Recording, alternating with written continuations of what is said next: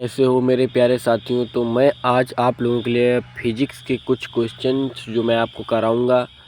लगभग मैं 15 से 20 क्वेश्चन कराऊंगा जो आपके एग्ज़ाम में जो पूछे ही जाते हैं, लगभग में पूछे गए हैं। वो आपको मैं प्रैक्टिस सेट के तौर पे करा दूंगा, तो आप लोग देख लीजिएगा, ठीक है। वीडियो अच्छा लगे तो लाइक शेयर सब्सक्राइब। तो वीडियो शुरू करते हैं।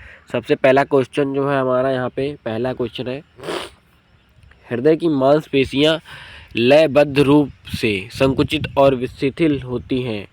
इस लयबद्ध संकुचन और इसके बाद होने वाले शिथिलन विसंति को मिलाकर हृदय का एक स्पंद हार्ट-बीट कहा जाता है। हृदय स्पंदों को मापने के लिए किस यंत्र का उपयोग किया जाता है? तो यहाँ पे इसका जो राइट आंसर हो जाएगा वो हो जाएगा आपका स्टेथोस्कोप, ठीक है।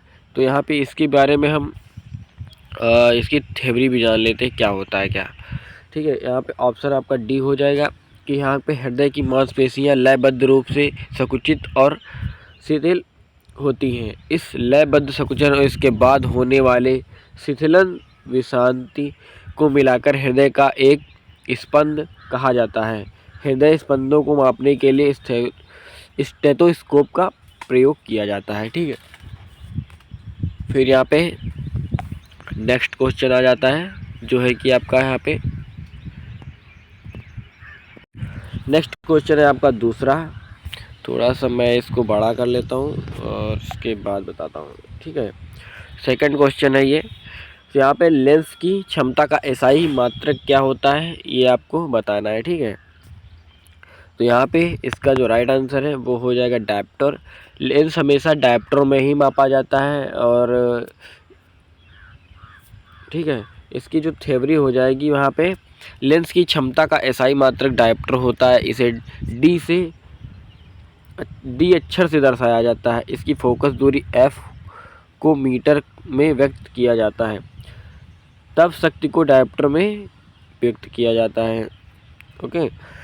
फिर यहाँ पे नेक्स्ट क्वेश्चन आ जाता है जो कि आवर्धन की इकाई क्या है? आवर्धन, तो इसका जो राइट आंसर हो जाएगा, इसमें कोई भी आवर्धन की इकाई नहीं है, ठीक है। यहाँ पे सेंटीमीटर तो मीटर में नापा जाता है। डायप्टर शुद्ध उसको नापा जाता है, न्यूटन विद्युत को नापा जाता है, ठीक है। यहाँ पे इसका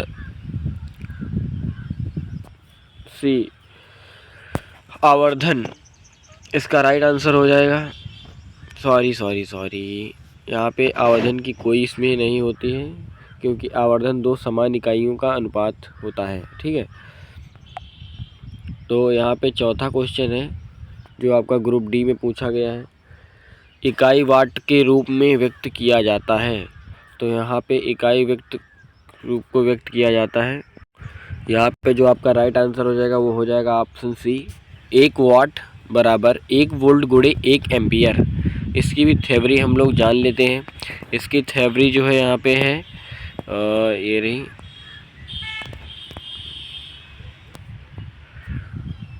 इकाई वाट को 1 वाट बराबर 1 वोल्ट गुणे 1 एम्पियर के रूप में व्यक्त किया जा सकता है।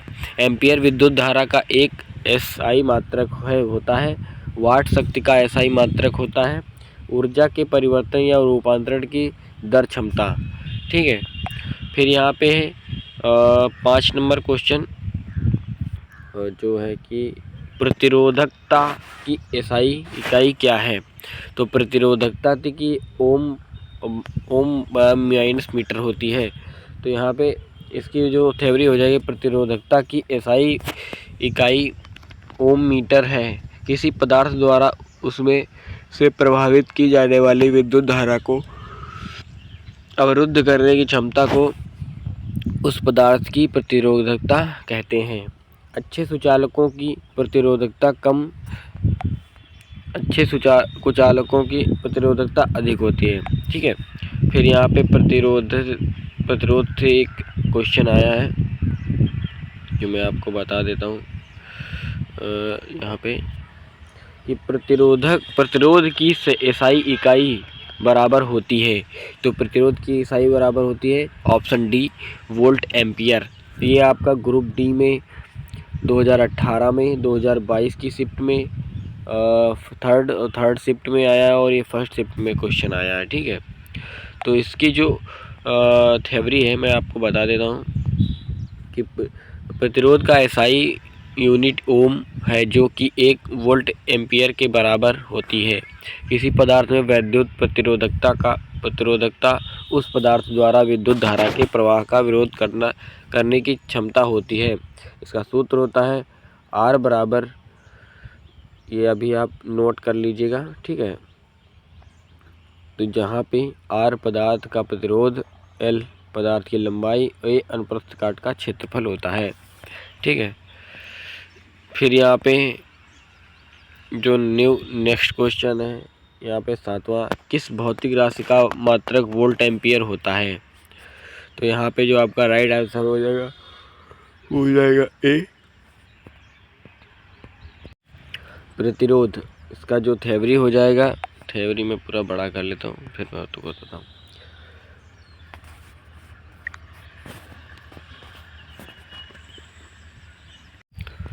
यहाँ पे जो क्वेश्चन था कि किसी से चालक के सिरों पर लगाया गया विभवांतर तथा उसमें, यहाँ पे इसका राइट आंसर प्रतिरोध है। प्रवाहित धारा के अनुपात को उस चालक का प्रतिरोध कहते हैं। प्रतिरोध की परिभाषा से इसे R बराबर V/I से प्रदर्शित करते हैं। तो किसी चालक के सिरों पर 1 वोल्ट का विभवांतर V लगाने पर उसमें प्रवाहित धारा 1 एम्पियर I हो, चालक का प्रतिरोध R ओम होगा। ठीक है, R ओम 1 ओम होगा। ठीक है, फिर यहाँ पे नेक्स्ट क्वेश्चन आ जाता है हृदय की धड़कन का पता लगाने में निम्न में से कौन सा यंत्र सहायक होता है? तो इसका राइट आंसर हो जाएगा स्टेथोस्कोप। वो जो भी एक पीछे क्वेश्चन आया वो भी आप इसी तरीके का है, सेम, वो भी देख लीजिएगा। ठीक है, फिर यहाँ पे थ्योरी है इसकी, हृदय की धड़कन का पता लगाने के लिए स्टेथोस्कोप यंत्र का उपयोग किया जाता है। अब यहाँ पे यंत्र लिखे हुए हैं, फिर उसके काम लिखे हुए हैं। सबसे पहला यंत्र है यहाँ पे स्पाइरोमीटर, यह मानव फेफड़ों की श्वसन दर को मापने के लिए किया जाता है। थर्मोमीटर, तापमान मापने के लिए। स्फैग्मोनोमीटर, रक्तचाप के मापने में सहायक होता है। ठीक है, यहाँ पे फिर नेक्स्ट क्वेश्चन है, संवेग का एसआई पद्धति में इकाई क्या है? तो संवेग का इसमें राइट आंसर हो जाएगा आपका ये किलोग्राम मीटर प्रति सेकेंड। ठीक है, इसकी थ्योरी जो है वो किसी वस्तु के द्रव्यमान एवं उस वस्तु के वेग के गुणनफल को उस वस्तु का संवेग कहा जाता है। वस्तु का संवेग एक सदिश राशि है। संवेग एक संरक्षित राशि है, अर्थात किसी नियुक्त निकाय का कुल संवेग स्थिर रहता है। इसका सूत्र होता है संवेग बराबर द्रव्यमान गुणे वेग। इसका एसआई मात्रक किलोग्राम मीटर प्रति सेकेंड या किलोग्राम मीटर प्रति सेकेंड होता है। किसी वस्तु पर लगा बल उस वस्तु के संवेग में परिवर्तन के दर के बराबर होता है। ठीक है, ये भी आपका क्वेश्चन हो गया। फिर आपका है नेक्स्ट क्वेश्चन, प्रतिरोध की एसआई इकाई है? तो इसका राइट आंसर हो जाएगा ओम। ठीक है, इसका जो थ्योरी हो जाएगी, प्रतिरोध की एसआई इकाई ओम है। जॉर्ज साइमन ओम एक भौतिक विज्ञानी और गणितज्ञ थे। उन्होंने ही एक तार में प्रवाहित विद्युत धारा I और उसके सिरों के बीच विभवांतर V के बीच संबंध को स्थापित किया, जिसे ओम का नियम कहते हैं। इसे V बराबर I गुणे R से दर्शाते हैं, जहाँ R प्रतिरोध है। ठीक है, फिर नेक्स्ट क्वेश्चन जो आ जाता है, ये क्वेश्चन बहुत ही ज़्यादा इम्पोर्टेंट क्वेश्चन है। मैं आपको यहाँ पे इम्पोर्टेंट लिख दे भी देता हूँ, क्योंकि ये काफ़ी सारे पेपरों में आया हुआ है। ठीक है, यहाँ पे रंग चेंज कर दें, इम्पोर्टेंट क्वेश्चन है।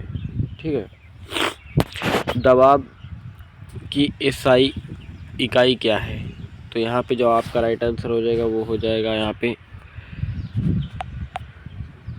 सी, न्यूटन प्रति वर्ग मीटर। ये 4 पेपरों में आया हुआ है। ठीक है, आंसर है यहाँ पे किसी सतह के एकांक क्षेत्र पर लगने वाले बल को दाब कहते हैं, और दाब का सूत्र होता है पृष्ठ के लंबवत बल F और पृष्ठ का क्षेत्रफल A।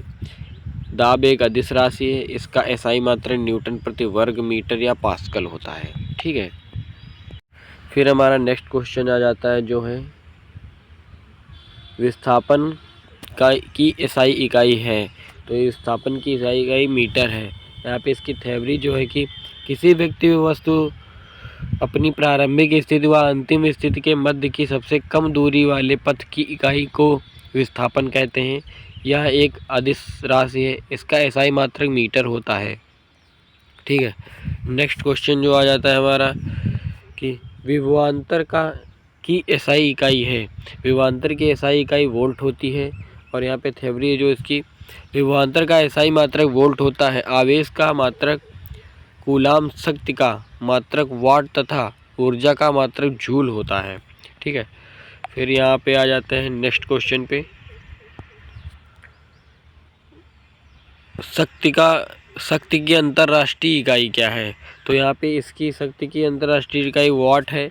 इसका आंसर जो हो जाएगा, कार्य करने की दर को शक्ति कहते हैं। शक्ति की अंतर्राष्ट्रीय इकाई वाट है जो 1 जूल प्रति सेकंड के बराबर होती है, जबकि कार्य का मात्रक जूल है। 1 जूल बराबर 10⁻7 अर्ग होती है। ठीक है, और लास्ट क्वेश्चन है जो जी के मान की एसआई इकाई वही है जो कि एसआई इकाई है। ठीक है, इसका राइट आंसर हो जाएगा डी, त्वरण। आंसर हो जाएगा यहाँ पे गुरुत्वीय त्वरण। जी और त्वरण का एसआई यूनिट एक ही मीटर प्रति सेकंड होती है। गुरुत्वीय त्वरण जी का संख्यात्मक मान 9 × 8 मीटर प्रति सेकंड होती है। तो गाइस, ये थे कुछ क्वेश्चन जो मैंने आपको करवा दिए हैं। अगर आप कमेंट करते हैं तो इसका नेक्स्ट पार्ट भी बनाएंगे। अच्छे क्वेश्चन मैं आपको ला के दूंगा। ठीक है, इसका पीडीएफ अब अगर बोलेंगे तो पीडीएफ भी दे दूंगा। ठीक है, अगर कोई भी गलती हो जाती है तो आप हमें कमेंट करके बता सकते हैं, तो मैं अपनी गलती सुधारने की कोशिश करूंगा। तो मिलते हैं आपको नेक्स्ट में, तब तक के लिए बाय बाय। जय हिंद, जय भारत। अच्छे से अपनी तैयारी कीजिए। कोई भी हेल्प चाहिए मुझसे मांग लीजिए, मैं भी कर सकता हूँ। पढ़ाई के बारे में, नोट्स के बारे में कुछ भी बताइए। ठीक है, मिलते हैं आपको नेक्स्ट वीडियो में, तब तक के लिए बाय बाय।